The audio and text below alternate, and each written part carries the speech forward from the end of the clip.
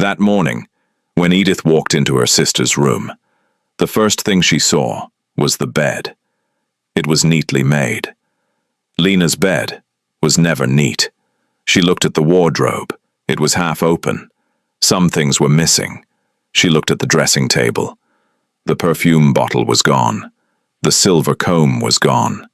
The small brooch their mother had left behind was gone. The window was open, and on the floor, right by the window, there was a small piece of paper. Edith bent down and picked it up. It was Lena's handwriting. "Edith, Daniel and I are leaving. South. Don't look for me. I want to be happy. Forgive me." 5 sentences, not even a signature. Edith read the note once, then she folded it and put it in her pocket. She looked out the window. There was a lot inside her at that moment. There was anger, there was sadness, but there was no surprise. Because Lena had always been like this. She ran away. She chased beautiful things. She never looked back at what she left behind. She went downstairs to the sitting room. Her mother was crying. Her father's face was pale. The engagement had already been announced in London. The whole city had heard. Duke Sebastian Crane of Aldmore was going to marry her sister, Lena Voss. Invitations had been written. Preparations had begun. But Lena was gone. Her mother looked at Edith. Her eyes were red, her face pale.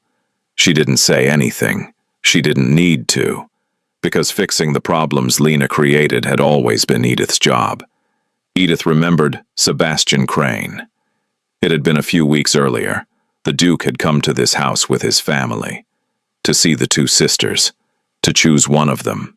Edith had known everything that day. She knew the Duke would choose Lena. Lena was striking, lively. Whenever she entered a room, everyone looked at her. Edith, on the other hand, was calm and quiet. She always stayed in the background, and that day had been no different. The Duke arrived, looked at the 2 sisters, and his eyes moved to Lena. He didn't hesitate for even a second. Edith had not been surprised, but she had been hurt, even if she never admitted it to herself. And now her mother was saying that Edith would go in Lena's place. But how was that even possible? "When do we leave?" Edith said. That afternoon, her father wrote a letter to London, to the Duke's family. He explained everything. Lena had fallen ill, an unexpected illness. But the Voss family would keep their word. The older daughter would come to London. The reply from the Duke's family did not take long. "We accept." 2 words, nothing more. When Edith heard the answer, she was in her room, packing her suitcase. She let the dress in her hands fall and stood there for a moment. The Duke knew. His family had told him. This was a kind of game played against London. The city had only heard the name Lena. No one knew her face. Edith would go, use Lena's name, and no one would notice. The Duke would play along too. He had to avoid scandal, but not willingly. Edith would leave for London tomorrow. She would enter Sebastian Crane's house, and she would walk through that door, not as Edith Voss, but as Lena Voss. Sebastian Crane did not want her. She knew that. The Duke had chosen Lena. Instead, he would find Edith thus standing before him, and the Duke would be unhappy. She knew that too. "We'll take a very short break. If you don't want to miss new stories, please subscribe to the channel." London greeted her on a rainy morning. Edith looked out through the carriage window. People hurried under their umbrellas. The streets were loud, horses' hooves, vendors calling out, church bells ringing somewhere in the distance. After the wide, quiet silence of Scotland, London felt overwhelming. Her mother sat beside her. They had spoken very little during the journey. Everything that could be said had already been said. All that remained was to do it. The carriage slowed. Edith lifted her head. Aldmore House came into view. Servants were waiting at the entrance, and behind them, at the top of the steps, stood Sebastian Crane. She climbed the stairs. The Duke looked down. He looked at Edith, and his expression did not change at all, because he knew and Edith knew that he knew. They went inside. The house looked even larger from within. The ceiling was high. The staircase split in two directions. Everything was dark wood and heavy fabric. Large portraits hung on the walls, the ancestors of the Crane family, generation after generation, of the same cold faces, the same proud posture. The head housekeeper stepped forward. She was elderly, with silver hair and a serious expression. "Your Grace," she said. "Welcome. Your room is ready." "Your Grace." Edith hesitated for a second. Then she smiled. "Thank you." As she climbed the stairs, she heard footsteps behind her. She didn't turn, but she could feel it. The Duke was still there, watching. Her room was on the second floor. It was large, with a high ceiling. Through the window she could see London. The fireplace was burning, but the room still felt cold. Edith stepped inside. The door closed. She was alone. She didn't look at her suitcase. She didn't sit on the bed. She walked straight to the mirror and looked at herself. Edith Voss, 27 years old. A face that was neither striking nor plain. Calm, quiet, someone who always stayed in the background. And now she was standing in the largest house in London, in the home of the most powerful Duke. Under the name Lena. Lunch that day was shared by 3 people, the Duke, Edith, and her mother. The table was large, the conversation was short. Her mother tried to fill the silence, the weather, the journey, the last days in Scotland. The Duke answered politely, briefly, but he did not say a single word to Edith. Edith didn't speak to him either. The silence between them hung above the table. Anyone could see it, but no one spoke about it. After lunch, the Duke stood up. "I have business this afternoon," he said. He gave a small nod and left. Her mother looked at Edith. Edith looked at her glass. That evening, a neighboring family came to visit. Lady Ashton and her daughter. It was a matter of social etiquette. The new bride had to be introduced. Edith received them in the sitting room. The Duke stood beside her, because he had to. Lady Ashton laughed and shook her hand. "Miss Lena, at last. We've heard so much about you. The Duke is very fortunate." "Thank you," Edith said, smiling. She looked completely natural. Beside her, the Duke did not move, but Edith felt it. At the moment, Lady Ashton said fortunate, the Duke's jaw tightened slightly, very slightly, almost impossible to notice. But Edith noticed. That night the guests left, and her mother retired to her room. Edith remained alone in the sitting room. She sat by the fireplace and looked at the flames. All day long everyone had called her Miss Lena. Each time she answered, each time she smiled.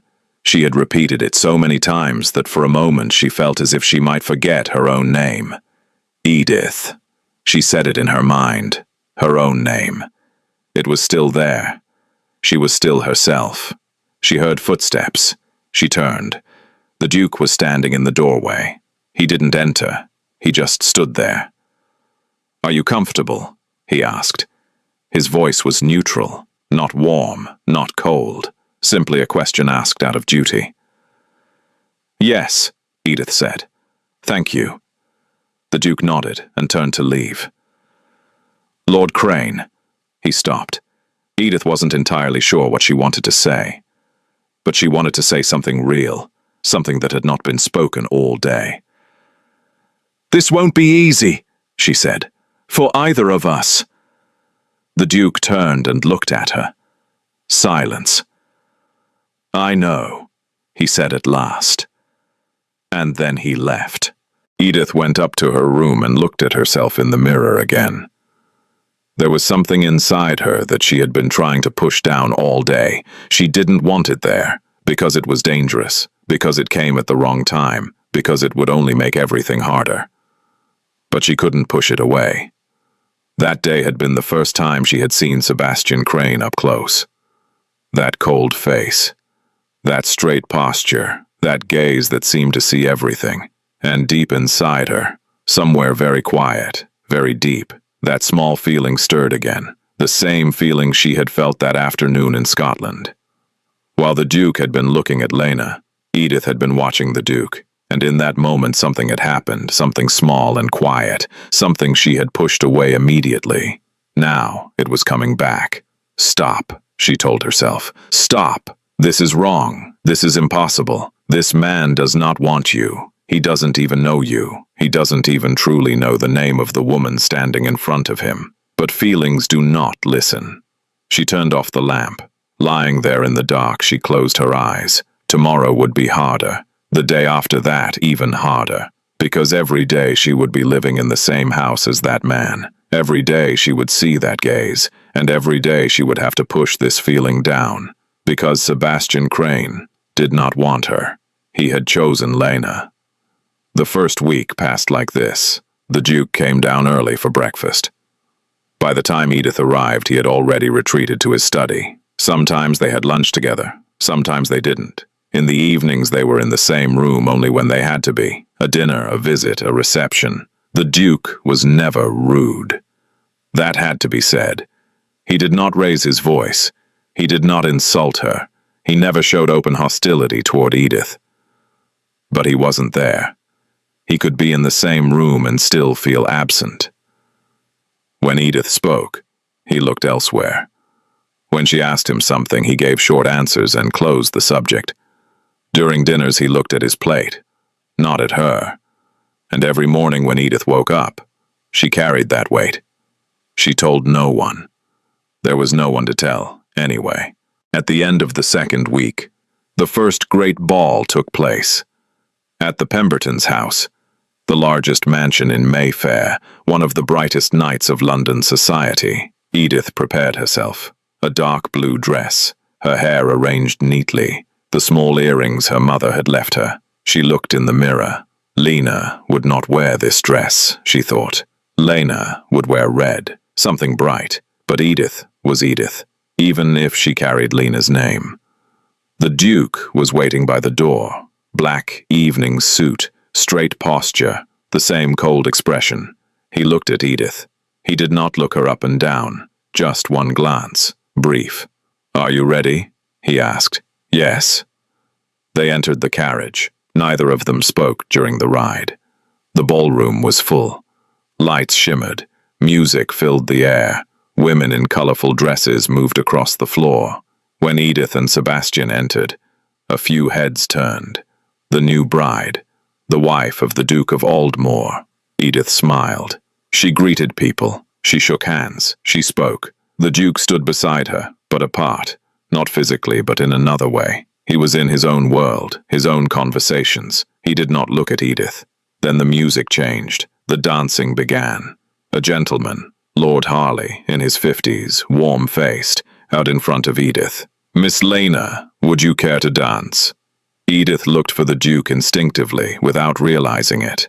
He was standing there, watching, but he did not move. Edith turned back. "With pleasure," she said to Lord Harley. During the dance, she did not look for the Duke, but she felt it. The sense of someone watching. At one turn, she saw him in the corner. He stood there with a glass in his hand, looking at her. When Edith noticed, he looked away. Dinner invitations were harder. Within 1 week, there were 3 dinners. At the tables, Edith always spoke. Guests asked questions and she answered. She spoke about Scotland, about books, sometimes even made a small joke. Guests laughed, impressed. "What an intelligent woman," someone said. The Duke remained silent. One evening, as they were leaving, Lady Whitmore took Edith's hand. "My dear," she said, "you are beautiful, inside and out." Then she looked at the Duke. "You are fortunate, Sebastian." The Duke smiled, that short, polite, obligatory smile. "Yes," he said. One word. Empty. Edith heard it. She heard everything. That Thursday night, her mother fell ill. It was nothing serious. A cold. A few days of rest. But that evening, Edith and Sebastian were alone at dinner. Not at opposite ends of the long table. Without her mother there, the table felt smaller. They sat close to each other. Dinner passed in silence. This time Edith did not try to fill it. She let the silence remain. There were no guests, no one she needed to perform for. She simply ate. The Duke ate as well. Then the wine was brought. The servants withdrew. The Duke lifted his glass, but he did not drink immediately. He looked at Edith. "Why did you accept?" he asked. Edith was not surprised. In fact, she had been expecting this question. Sooner or later, it had to come. "For my family," she said. The Duke waited, as if expecting more. Edith said nothing else. "Anything else?" the Duke asked. The room fell quiet. Edith looked at her glass. The answer was there, clear and honest. When she allowed herself to be truthful with herself, she knew it very well. But she could not say it. If she said it, everything would change. If she said it, she would stand defenseless before that cold man. If she said it. "No other reason," she said.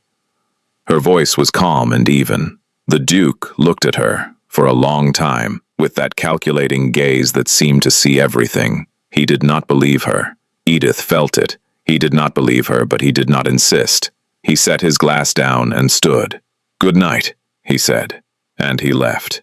Edith remained alone at the table. The candle flickered. Rain could be heard outside. She looked at her wine but did not drink. Anything else? Yes, there was more, much more. That day in Scotland, when the Duke had arrived and stood before the two sisters, Edith had seen him, just for a moment. But that moment had been enough, and now she lived in the same house with him every day. Every day she saw that cold face, and every day that voice stirred again inside her. That small, dangerous voice that had to be silenced. "Stop," she told herself again. "Stop." She stood up and went to her room. That night the Duke sat in his study. Hours passed. Papers lay before him, but he was not reading them. No other reason. When she had said it, her eyes had not moved away. Her voice had not broken, but something had been there inside her. The Duke had seen it. He had felt it. She was lying. But why? Why was she lying? The Duke stood and walked to the window.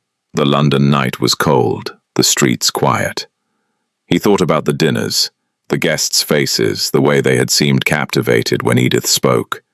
He thought about the ball, the way Edith had looked dancing with Lord Harley, the way he had watched without meaning to, then looked away. And he thought about the question. Anything else? Why had he asked it? Why did the answer matter? He stepped away from the window and sat back down. He did not sleep that night. That week there was a tea hosted by Countess Bellamy. It was not a grand event, 15 or 20 women, afternoon tea in Belgravia. But in London society, these small gatherings could sometimes be more dangerous than the grand balls, because everyone was close to each other, and closeness was not always a good thing. Edith went alone. The Duke did not attend. Men did not come to such gatherings. The first half hour went well. Tea was poured, pastries were eaten. The conversation was light. Edith knew how to behave, to smile, to ask questions, to listen. She had always known how. Then Lady Grover arrived. Lady Grover was over 40, thin, with sharp eyes. She was the kind of woman people in London were wary of. She never insulted anyone directly, but she chose her words so carefully that the insult became unavoidable. She approached Edith with a smile. "Miss Lena," she said, "of course I had heard about you, but I didn't expect this." Edith smiled politely. "And what did you expect? Something more?" Lady Grover paused as if searching for the right word. "More brilliant. I imagined the woman chosen by the Duke of Aldmore would be more striking." A small silence spread across the room. A few women had heard. No one said anything. Edith held her teacup. Her voice did not change. "Brilliance is exhausting," she said calmly, "not very practical in the long run." A few women laughed. Lady Grover's smile stiffened, but she did not leave. She took another step closer. "You are from Scotland, aren't you?" Such a distant place. It must have been difficult to adjust to London. I am adjusting, Edith said. And is the Duke adjusting to you? Lady Grover lowered her voice, but everyone could hear it. Because I have known Sebastian Crane for many years, and in this marriage, he does not seem particularly happy. Silence. This time, a longer silence. Edith felt something inside her, right in the center of her chest, something warm and sharp. But her face did not change. She was about to answer. Just as she was about to speak, the door opened. Sebastian Crane walked in. Everyone was surprised. Men did not come to this kind of gathering. The Duke scanned the room. He found Edith. He saw Lady Grover. He saw the distance between them, the silence in the room, Lady Grover's sharp smile, and instinctively, without thinking, he moved. He walked over to Edith and stopped beside her. Then he looked at Lady Grover. Lady Grover, he said. His voice was even, but there was something in it, that cold, sharp, unquestionable thing. I hope you have had the chance to meet my wife. Lady Grover took a step back. Yes, of course. Good. The Duke turned to Edith. We need to leave. Something has come up. They went outside, and the carriage was waiting. They got in. The carriage started moving. Edith looked out the window. The Duke sat across from her. Silence. Then Edith turned in. You didn't have to do that, she said. The Duke looked at her. What? You didn't have to come in. I could have handled it. A short silence. I could see that, the Duke said. Even so. Edith turned back to the window. I'm not going to thank you. The Duke said nothing, but something happened inside him. Edith did not see it, but it did. Lena would have thanked him. She would have thanked him a great deal, clasped her hands together, her eyes shining, and said, Oh, how kind of you. But this woman had looked at him calmly and said, You didn't have to. The Duke peered to the window. Why had he stepped in? He had not asked himself that. He had acted on instinct. The moment he saw Lady Grover's expression, that smile, something had happened inside him, and his feet had moved. Why? He gave himself no answer. He did not want to. When they returned home, the Duke went straight to his study. Edith went upstairs. As the night grew later, the house fell quiet. The servants had withdrawn. Her mother had already gone to her room, and everything was dark. Edith could not sleep. She waited an hour. Then she got up, wrapped a shawl around herself, and went downstairs. The library. She always went there when she couldn't sleep. Books helped, or at least they helped fill the night. She opened the library door and stopped. The Duke was inside. He was sitting by the fireplace. He had a book in his hand, but he was not reading. He was only staring at the fire. When he heard Edith, he lifted his head. Neither of them said anything. Then the Duke closed the book. Couldn't sleep? He asked. No. Edith stepped inside. She moved to the other side, not directly across from him. To the chair beside it. You too. Me too. The fire crackled. The wind moved outside. Edith looked at the shelves. She wanted to take a book, but she did not move. It was such a strange moment. Midnight, the two of them alone, and a silence more peaceful and natural than any they had shared before. Then the Duke spoke. What were you going to say to Lady Grover tonight? Edith thought for a moment. I was going to say something. It doesn't matter what. It matters. Edith looked at him. Why? Because I want to know. A short silence. I already said that brilliance is exhausting, Edith said. I was going to continue. Things that are exhausting in the long run are never real. They are only exhausting. The Duke looked at her. Were you talking about brilliance? He asked. Yes. What else? Edith paused for a second. Then she said, People sometimes work very hard to seem a certain way, to seem like something they are not, that wears out both them and everyone around them. The Duke looked at her. thought about it. "Is that what Lena thinks?" he said slowly. "Or is that what you think?" The room went still. Edith froze. That question, that simple, direct, two-word question, touched something inside her. It was too direct, too real. 1 second passed, 2 seconds. "Me," Edith said, just that one word. The Duke looked at her for a long time. Those eyes that were always calm, always calculating, were different now, more attentive, more searching. Edith did not look away. Then she stood up. "Good night," she said. Her voice came out calm. She walked to the door. She opened it. Edith. She froze. It was her name, her real name. For the first time in that house, someone had spoken her real name. She turned. The Duke had not stood up. He was still sitting there, in the firelight, his face half in shadow. "Good night," he said. Only that. Edith looked at him for a second. Then she left. Her hands were shaking as she walked down the corridor. Edith. He had said it. Deliberately. And in his voice, that cold, even, always controlled voice, there had been something, very little, almost nothing, but it had been there. She entered her room, closed the door, sat on the bed. Me. She had said it. Not as Lena, but as herself. For the first time in that house, with that man, she had spoken as herself. And he had heard her.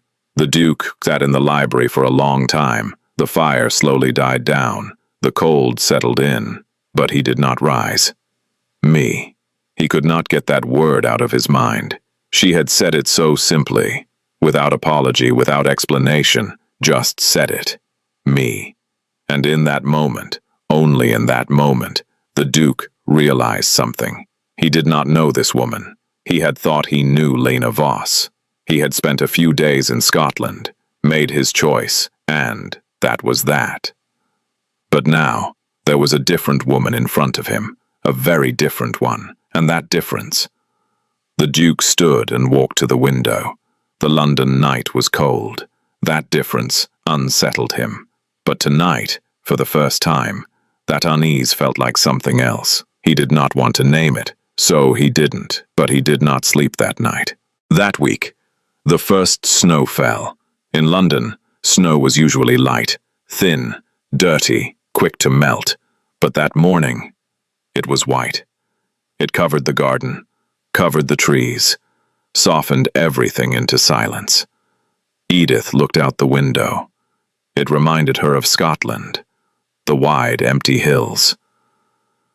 When she was a child, she and her mother used to go into the garden when the first snow came. Lena would run ahead, laughing, falling everywhere. Edith would walk behind her, quietly watching. It had always been like that. Lena in front, Edith behind. She took her shawl and went downstairs. She stepped into the garden. No one was there. The servants were inside. The Duke was in his study. Her mother was still asleep.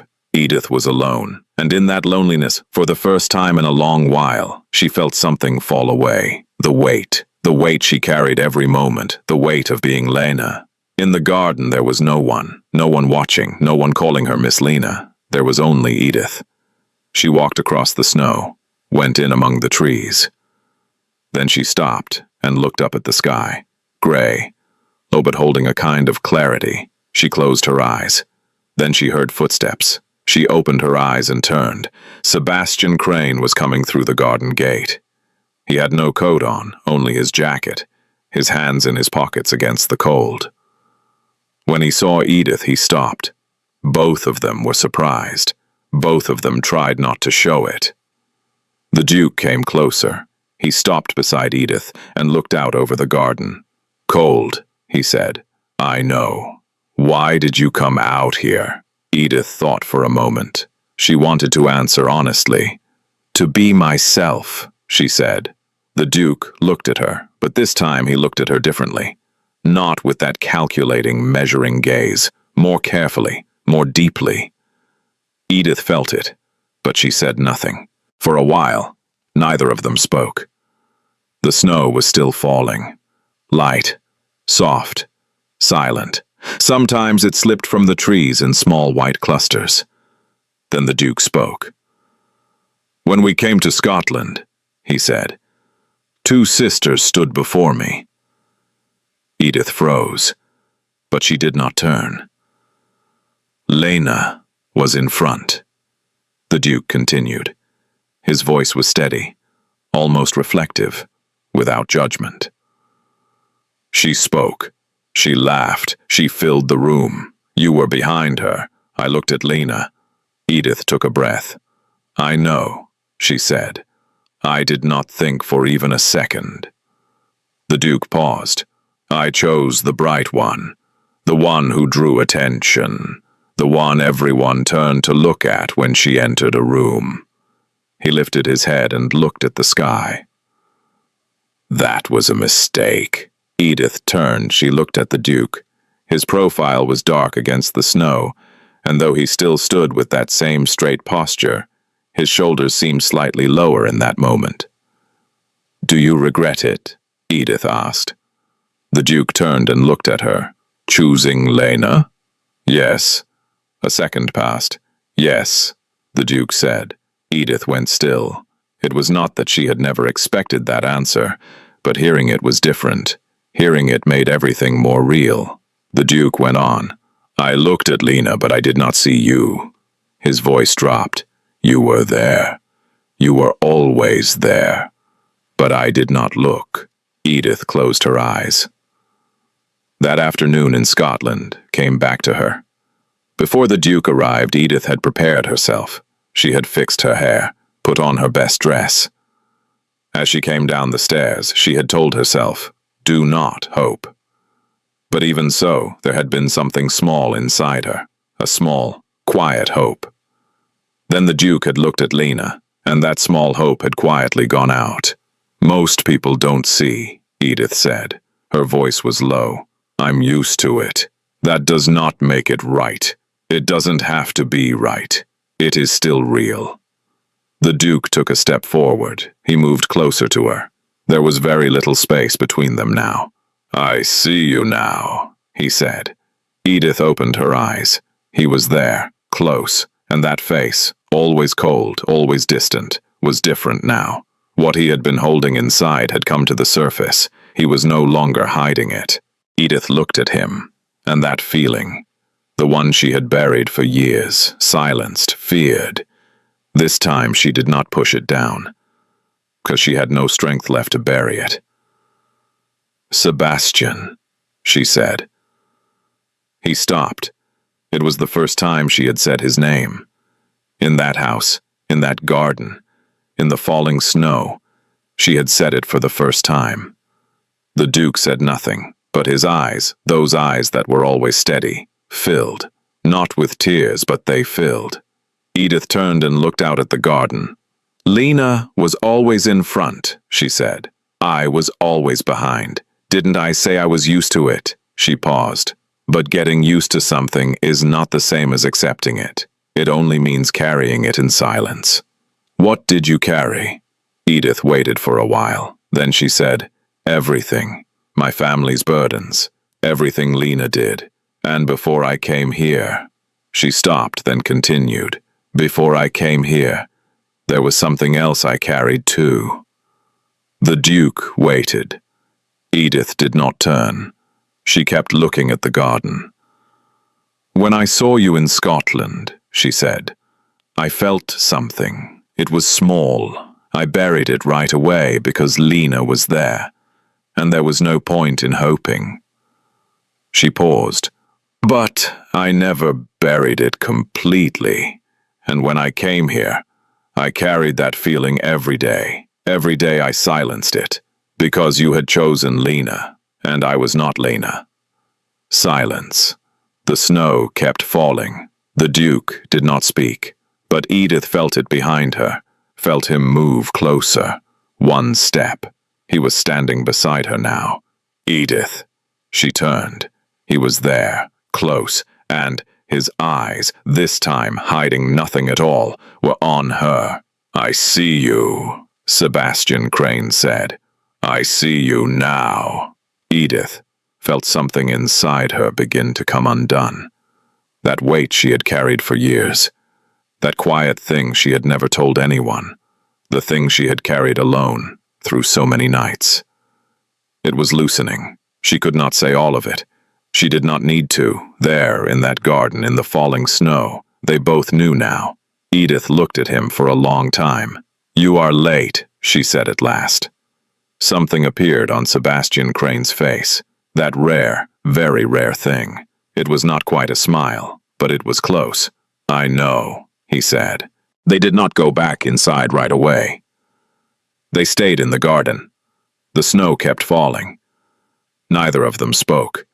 But this time the silence was full in a different way. It was not the heavy, empty silence of those first days. This was warm. This belonged to both of them. Then the Duke held out his hand. Edith looked at it and took it. The next morning, a letter arrived. Edith was at the breakfast table. A servant brought the envelope, small, white, and written in a familiar hand. Lena's handwriting. Edith took the envelope, held it in her hands. She did not open it right away. She only looked at it. Those slanted, careless letters, written without much thought. Then she opened it. The letter was short. Lena always wrote short letters.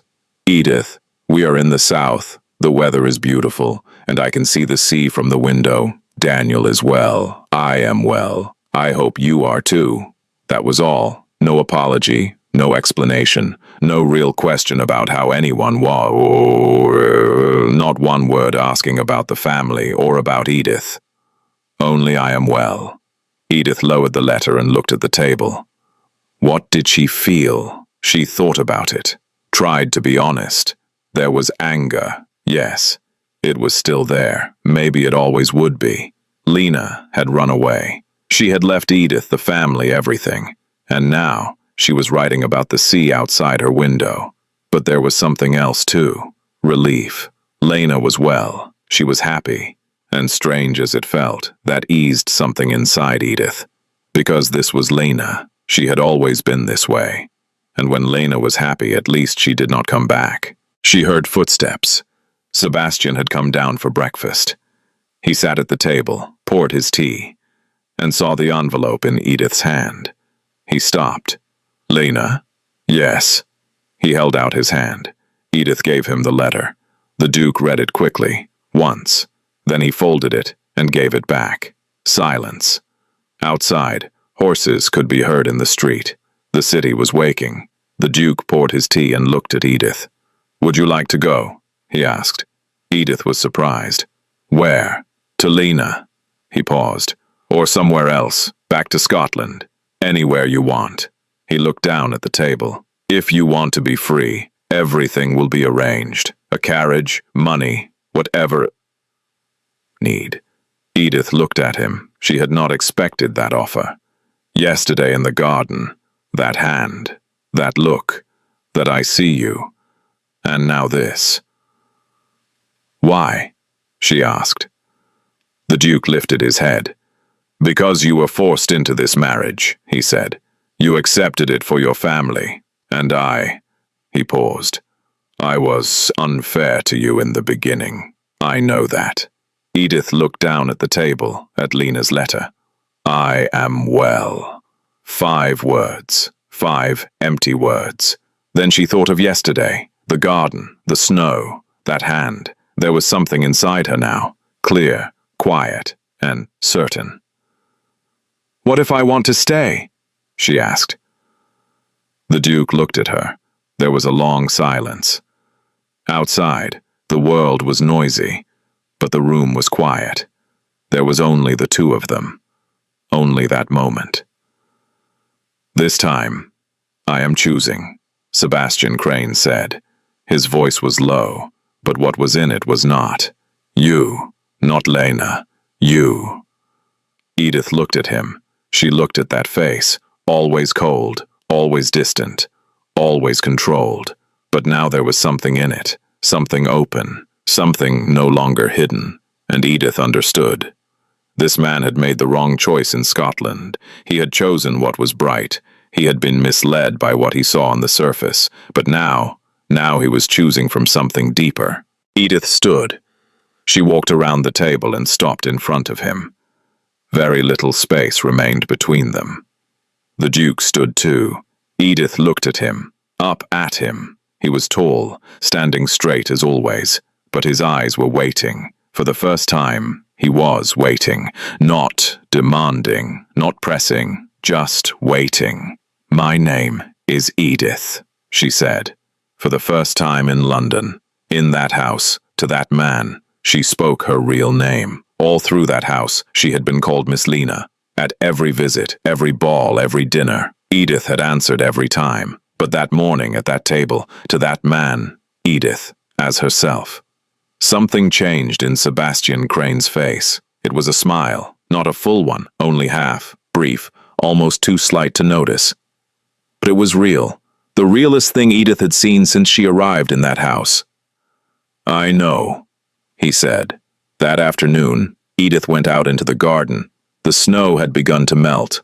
Water dripped from the trees. The paths were wet, and the garden was losing that pure white stillness and slowly becoming itself again. Edith walked to the place where she had stood the day before, among the trees. She took the letter from her pocket. Lena's letter. "I am well." She looked at it for a long time. Then she folded it and put it back into her pocket. Lena was well, somewhere of her own choosing, with the man she wanted, living with the sea outside her window. Maybe she was happy. Maybe she was not, but she was gone. She had chosen her own path, and Edith had chosen too, her own path, by her own choice, not because anyone forced her, not because of family pressure, because of that clear, quiet voice inside her that knew exactly what it wanted. At dinner that evening, the Duke turned to Edith first. "There is a concert in London," he said. "Friday evening. Would you like to go?" Edith looked at him. It was not a ball, not a social duty, it was just a question. "Would you like to?" "Yes," Edith said. The Duke inclined his head, and that half-smile, that brief, real, rare smile, appeared on his face for a moment. That night, Edith stood in her room and looked at herself in the mirror. Edith Voss, 27 years old, the one who had always stayed in the background. The one who had always carried everything, the one who had always been silent. But now something was different. It was the same room, the same face, but what was inside her had changed. That weight, the weight she had carried every morning when she woke, every night when she lay down, was lighter now. She turned off the lamp. In the dark she smiled, a small, quiet smile that belonged only to her. Some people look only at the surface, some people truly see. Sebastian Crane saw too late, but he saw, and Edith Voss, the woman who had always stayed in the background, the woman who had always carried everything in silence, stood in front that morning in the garden, in the snow, for the first time, by her own choice. Thank you for listening to the story, all the way to the end. Please tell us which city you're watching from, and what the story made you feel. Don't forget to subscribe, so you won't miss new stories.